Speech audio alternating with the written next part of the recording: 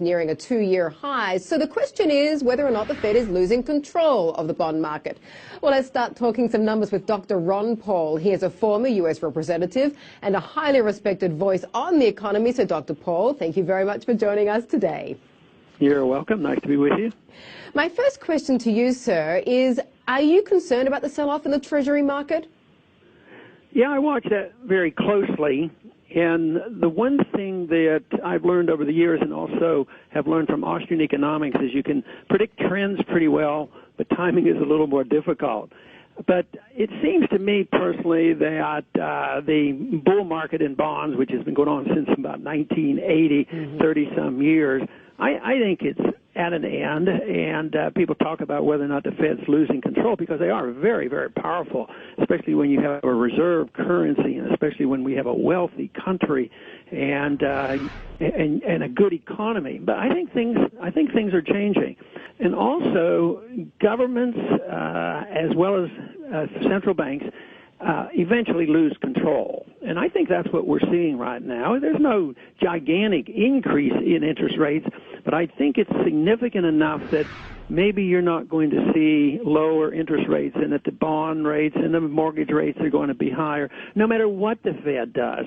But if interest rates go up in spite of everything the Fed can do to try to keep them down, I think that spells big trouble, not only for our economy, but for the whole world economy. And of course, this all comes at a big time of flux because everybody knows, sir, that the Fed chief, Ben Bernanke, is going to be stepping down at the end of the year. So I just want to play a little word play with you here, a little word association on his potential replacements.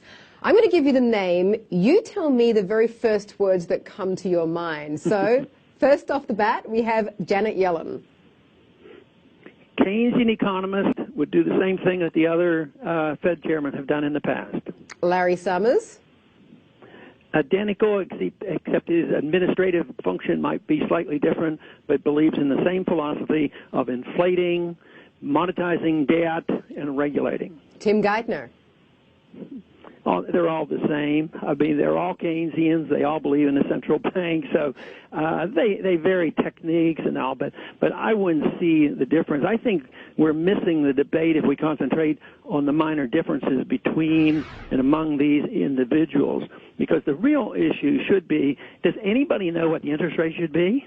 Does anybody know what the money supply should be? This pretense that an individual or a small secret group of individuals know what's best for the economy and take away the principle of saving money and market rates of interest, that's why we can't have any assurances that this recovery is worth much, because it's still based on false information. So what do you think Bernanke's legacy is going to be?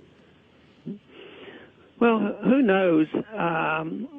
It should be that he has created a lot of chaos for us, but Greenspan should be recognized for that too. All central banking should be recognized for that. If you look at 100 years of history, destroying 98% of the value of the dollar and all the ups and downs and the suffering of the middle class.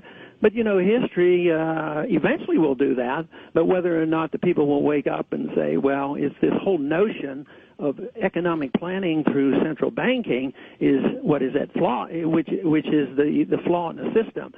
They're not about to recognize this, and some people are going to make excuses. But who knows? Some financial crisis that hits even as Bernanke leaves, he may end up getting some blame for it. But I don't look to blame the individuals as much as I look to blame a whole philosophy of economic planning and monetary manipulation. There's no historic evidence to show that manipulating fiat money is a road to prosperity. In many ways, it is a thankless job. But thank you very much, Dr. Ron Paul. And be sure to check out the Ron Paul channel at www.ronpaulchannel.com. And thank you very much for joining us, sir. And that does it for us today. You can follow us on Twitter at